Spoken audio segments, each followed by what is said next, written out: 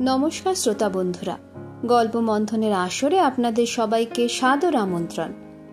আজ আপনাদের শোনাব প্রখ্যাত লেখক শ্রী মানিক বন্দ্যোপাধ্যায়ের লেখা ছোট গল্প সুবালা। গল্পটা শেষ অবধি শোনার অনুরোধ রাখি। ভালো লাগলে লাইক বাটনটা অবশ্যই প্রেস করে যাবেন।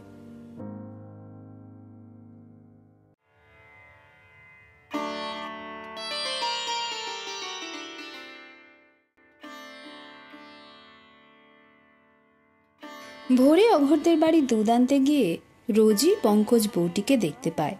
অঘোরদের বাড়তি ফেলনা ছোট চালাঘরটা কিছুদিন হলো ভাড়া নিয়েছে, 2 মাসের ভাড়া আগাম দিয়ে।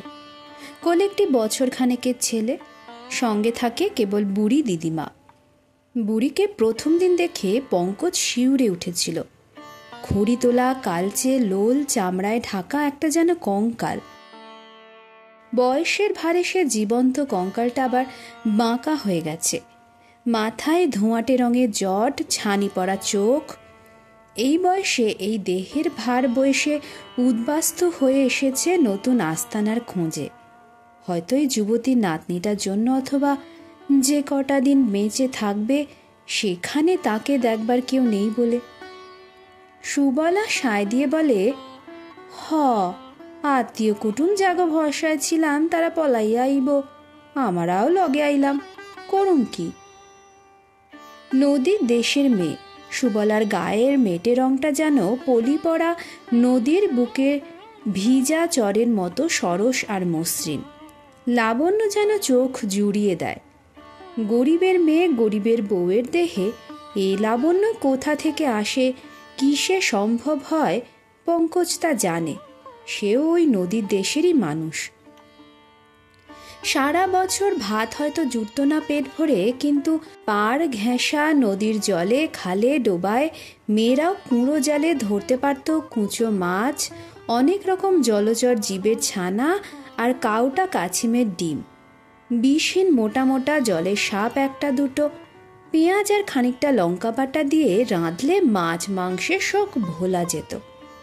কলমি, পলাশ, কচু ইত্যাদি অনেক রকম শাক পাতা যত খুশি কুড়িয়ে আনলেই চলত। ঘরে চালায় ফলত লাউ কুমড়ো, বিনা পয়সায় কিংবা সামান্য দামে মিলত কয়েক রকমের ফল। 2-1 মুঠো চাল জোগাড় হলেই চালিয়ে নেওয়া যেত পুরানো আদিম উপায়ে শরীর পোষণ। একখানা পুরনো শাড়ি আলগা হয়ে গায়ে জড়ানো থাকে। ছেলেকে মায় নিয়ে দাওয়ায় শুয়ে ঘর ঝাঁট দেয়, গামছা পরে বাসন নিয়ে ঘাটে যায়, গা ধুয়ে বালতি আর মেটে কলসিতে জল আনে 2-3 দফায়। একটু কম মনে হয় তার লজ্জাবোধ। 2-3 জন মানুষ দুধ নিতে এসে দাঁড়িয়েছে। দুধ দুইতে দুইতে অঘোর তার দিকে তাকাচ্ছে। এটা যেন সে খেয়ালও করে না, খেয়াল করলেও বোধহয় গ্রাহ্য করে না।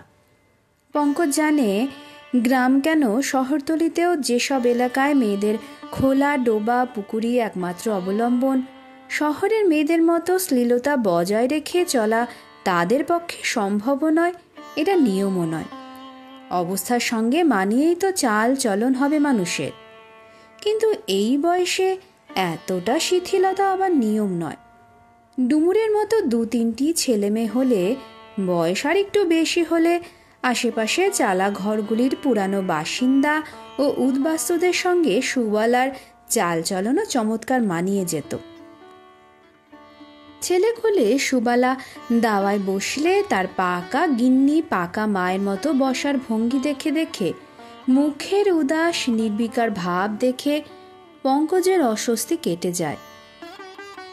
অঘরের দুধ দোয়া আর ডুমুরের পোয়া পোয়া দুধ মেপে দেওয়া দেখতে দেখতে সে হয়তো জগৎ সংসার ভুলে গিয়ে ভাবছে, ছেলেটার জন্য 1 মোটা দুধ কিনতে পারলে ভালো হতো।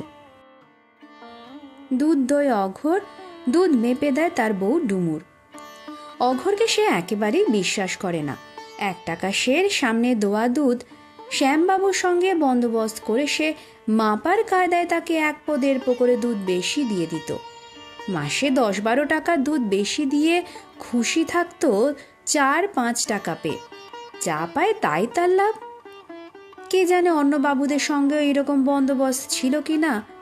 টের পাবার পর ডুমুর আজকাল দুধ দোয়ার সময় ঠায় দাঁড়িয়ে থাকে, নিজের দুধ মাপে। যে মদ্য মানুষ বউয়ের ঘাড়ে খায় আর চোরাবাজারি একটা বজ্জাত লোকের ফুটফরমাস খেটে হাত খরচার পয়সা কামায়, এমনি নেমক হারামি তো সে বোধ হয়। ভদ্রলোকেদেরও বলিহারি ভাই। ডুমুর বলে ঝঙ্কার দেয়, স্বামীকে দিয়ে স্ত্রীর ঘরে চুরি করতে পিবৃত্তিও হয়। অঘোরের সামনে এসে বলে, অঘোর কখনো মুখ বাঁকায়, কখনো মুচকি একটু হাসে। তাড়াতাড়ি ঘরের কাজ আর রাঁধা বাড়া সেরে দুটি মুখে গুঁজে ছেলে কোলে কোথায় যেন চলে যায় সুবালা সারাদিনের মতো। বুড়ি দিদিমা একলাই ঘরে পড়ে থাকে।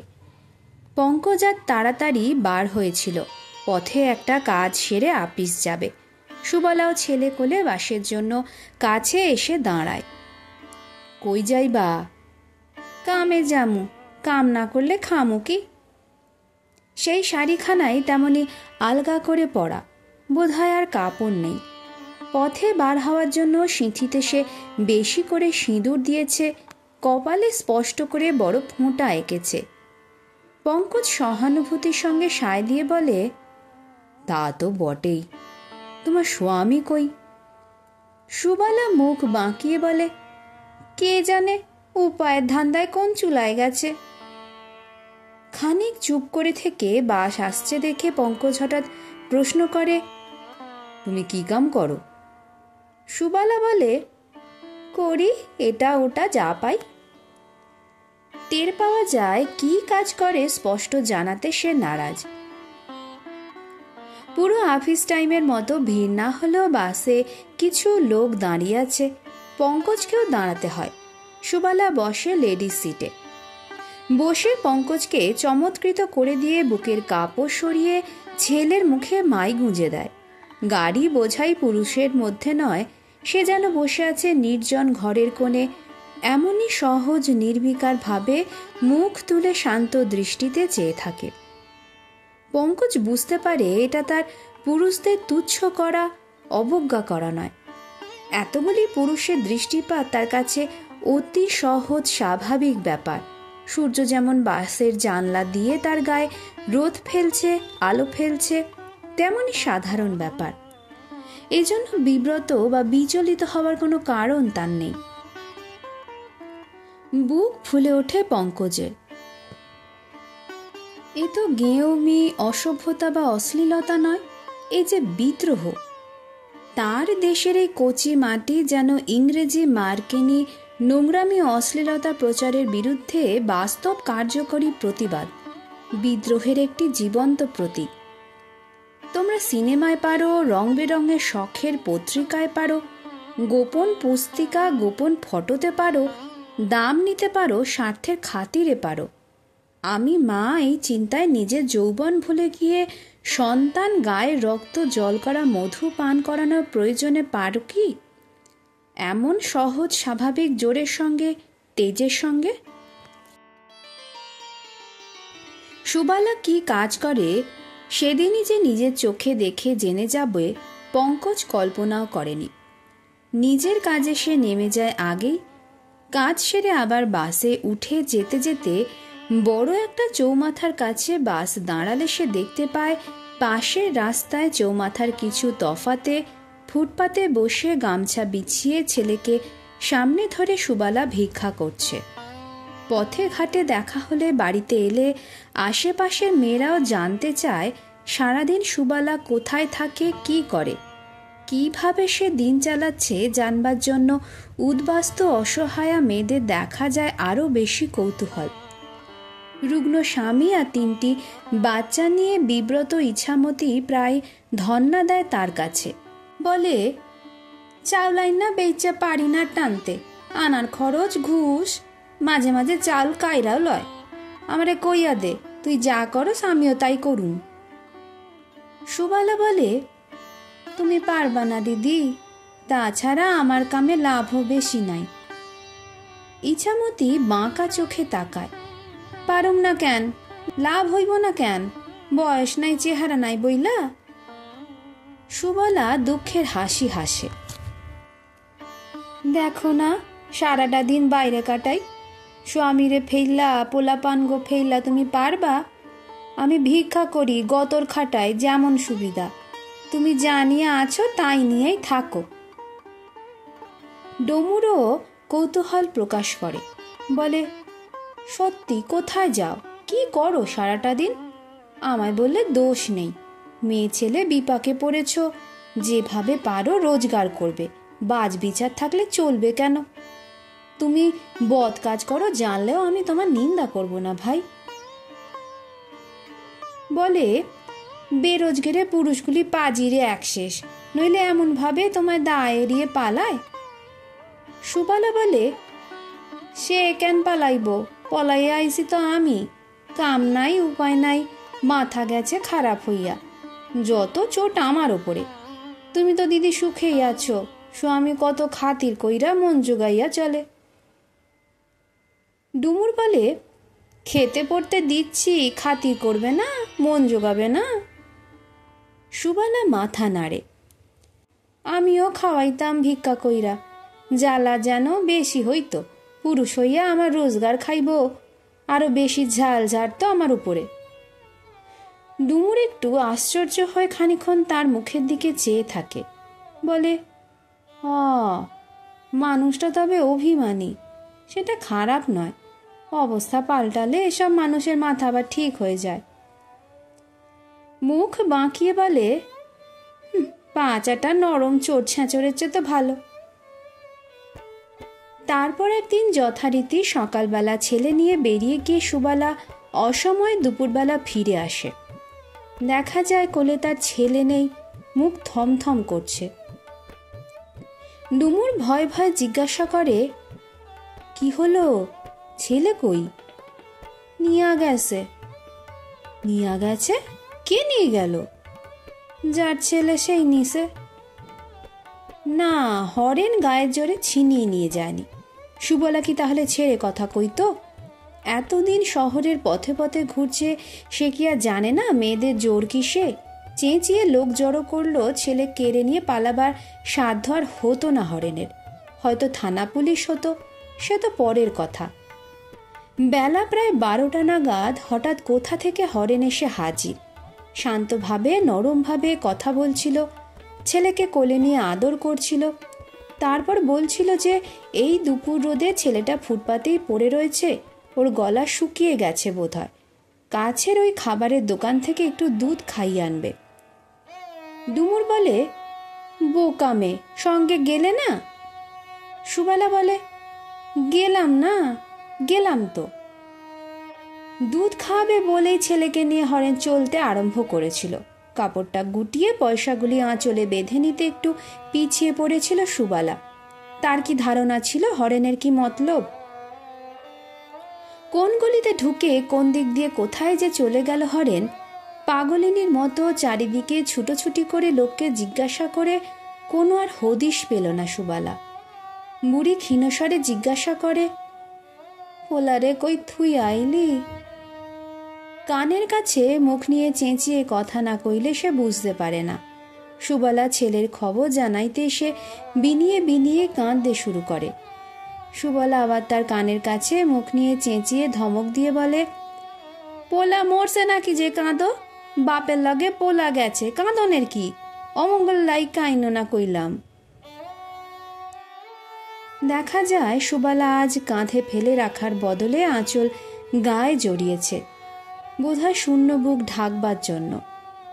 কয়েকটা দিন আশায় আশায় সুবালা বার হয়, সেইখানে গিয়ে ফুটপাতে কাপড় বিছিয়ে বসে থাকে।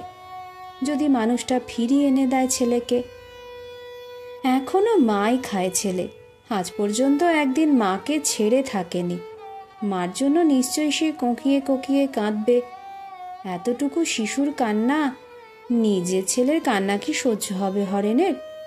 সহ্য হবে কি অতটুকু বাচ্চাকে সারাদিন সামলে চলা ঝঞ্ঝাট?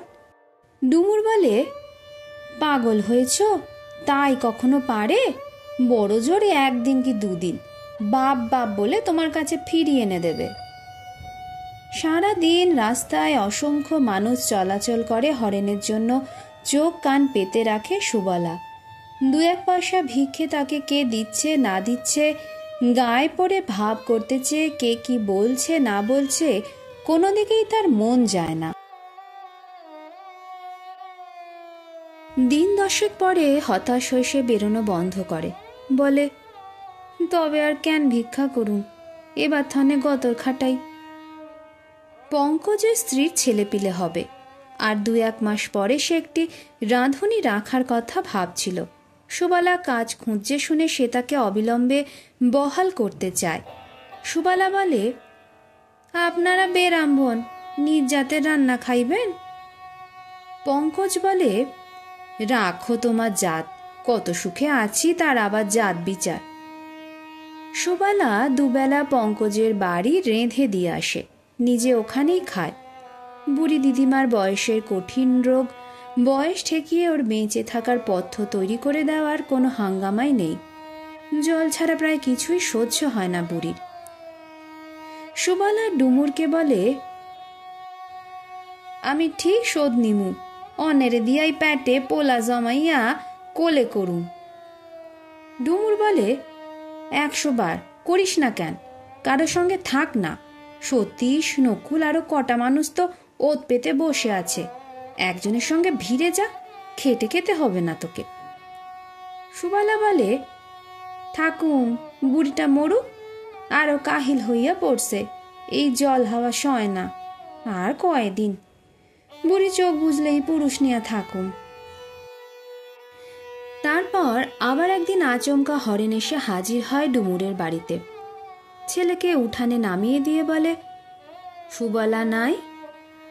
না, গেছে কই? তার গায়ে নতুন শার্ট, পরনের ফর্সা ধুতি দেখে ডুমুর হেসে ফেলে। অজানা অচেনা মানুষটা সম্পর্কে তার ভবিষ্যৎবাণী মিথ্যা হয়নি। অবস্থা একটু বদলাতেই, কোনো রকমে 2 পয়সা উপায়ের ব্যবস্থা হতেই মন মেজাজ বদলে গেছে মানুষটার। বউয়ের আস্তানা খুঁজে বার করে নিজেই হাজির হয়েছে ছেলেকে কোলে নিয়ে।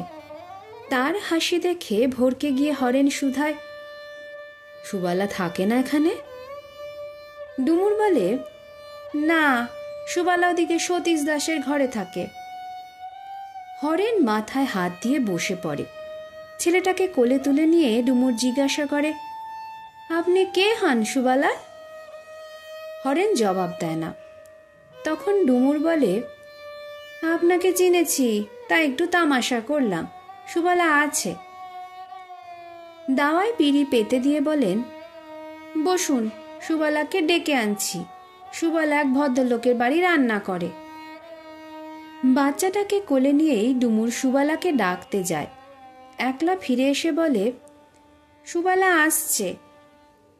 বেলা তখন প্রায় 9টা। সুবালা আসে না, কিন্তু ঘরে যেন বনের জামাই এসেছে এমনইভাবে হরেনকে ডুমুর সমাদর করে। অঘরকে দিয়ে খাবার আনিয়ে চা আনিয়ে খাওয়ায়। বলে, আপনাকে ঠেকানো উচিত, কিন্তু কি করি, মায়া পড়ে গেছে মেয়েটার ওপরে। 2 ঘন্টা পরে পঙ্কজের বাড়ি রান্না খাওয়ার পাট সাঙ্গ করে সুবালা ফিরে আসে। অঘর বেরিয়ে গিয়েছিল। ডুমুর বলে, আমিও একটু পাড়া বেরিয়ে আসি, তোমাদের বোঝাপড়া হোক। সেমিজের ওপর ডুমুর কোড়া শাড়ি পরেছে, সিঁথিতে বা কপালে তার সিঁদুর নেই। ছেলেকে কোলে নিয়ে সে চুপচাপ সামনে বসে থাকে। হরেন কাতরভাবে বলে, ওকে একটু মাই দাও। ধীরে ধীরে সেমিজের বোতাম খুলে সুবালা ছেলের মুখে মাই তুলে দেয়। মাই টানবার চেষ্টা করতে করতে মুখ বাঁকিয়ে বাচ্চাটা একবার কেঁদে ওঠে। তারপর আবার মাই খাবার চেষ্টা করতে গিয়ে কচি দাঁতে প্রাণপণে কামড় বসিয়ে দেয়। সুবালা বলে, উফ। আবার সে ধীরে ধীরে সেমিজের বোতাম এঁটে দেয়। তার স্তনের দুধ শুকিয়ে গেছে। হরেন নিজে থেকেই তার কৈফিয়ত দেয়, বলে, পোলারে নিয়া তুমি ভিক মাংবা, আমি সইতে পারি নাই। সুবালা ধীরে ধীরে বলে, ভিক না মাগলে পোলারে বা আমারে বাঁচা দেখতা না। হরেন বলে, তা বুঝি না, তবু গাও যান জইলা যাইতো, কিন্তু পোলারে নিয়া গিয়া কি ফ্যাসাদে পড়লাম কি কমু তোমারে। রাঙামাসি মাই দিল কয়দিন। রাঙামাসি মাই দিছে? কয়দিন মাই দিয়া কয় কি আমি পারুম না, আমার মাইয়ারে মাইরা তোমার পোলারে দুধ দিতে পারুম না। আমাকে মাছ ভাত খাওয়া, পেট ভইরা তবে পারুম। আমি মানুষ না ছালি, খাইয়া দুইটারে মাই দিমু। তারপর সেখানে তোমারে খুঁজতে গেলাম। গেছিলা? হ, দিন 15 বাদে রাঙামাসি যখন বিগড়াইয়া গেল, তোমারে পাই না, কি বিপদ! মরিয়া হইয়া কিছু পয়সা রোজগারের ব্যবস্থা করলাম। তার শার্ট আর ধুতির দিকে চেয়ে সুবালা জিজ্ঞাসা করে, কি ব্যবস্থা করলা? হরেন বলে, কলকাতায় কত উপায় পয়সা রোজগারের, আমরা কেন যে বোকার মতো ভিক্ষা করছি আর খয়রাত চাইছি। ওইটুকু চালার মধ্যেই দীর্ঘকাল পরে ছেলেকে পাশে নিয়ে তারা পাশাপাশি শোয়। বুড়ি ঘরের কোণে পড়ে থাকা না থাকা সমান কথা, চোখেও দেখে না, কানেও শোনে না। মাঝরাতে পুলিশ হানা দিয়ে হরেনকে ধরে নিয়ে যায়। শহরে অজস্র সম্পদ থাক, অন্যের টাকা ছিনিয়ে নিয়ে নতুন শার্ট আর ফর্সা ধুতি পরতে চাইলে চলবে কেন? অনেক খোঁজাখুঁজি এবং হরেনকে মারপিট করেও টাকাগুলি কিন্তু পুলিশ পায় না। পুলিশ হাত করা দিয়ে তাকে নিয়ে যায়। যাওয়ার সময় মুখ ফিরিয়ে হরেন বলে, ভিক মাইগো না, আমাগো অপরাধ নাই, ভিক মাইগা অপরাধী সাইজো না, তার চেয়ে মরণ ভালো। আজকের গল্প আপনাদের কেমন লাগলো তা জানাতে ভুলবেন না। নতুন শ্রোতাবন্ধু হলে পরবর্তী গল্পের নোটিফিকেশন পেতে চ্যানেলটি অবশ্যই সাবস্ক্রাইব করে যাবেন। ভালো থাকবেন সবাই, নমস্কার।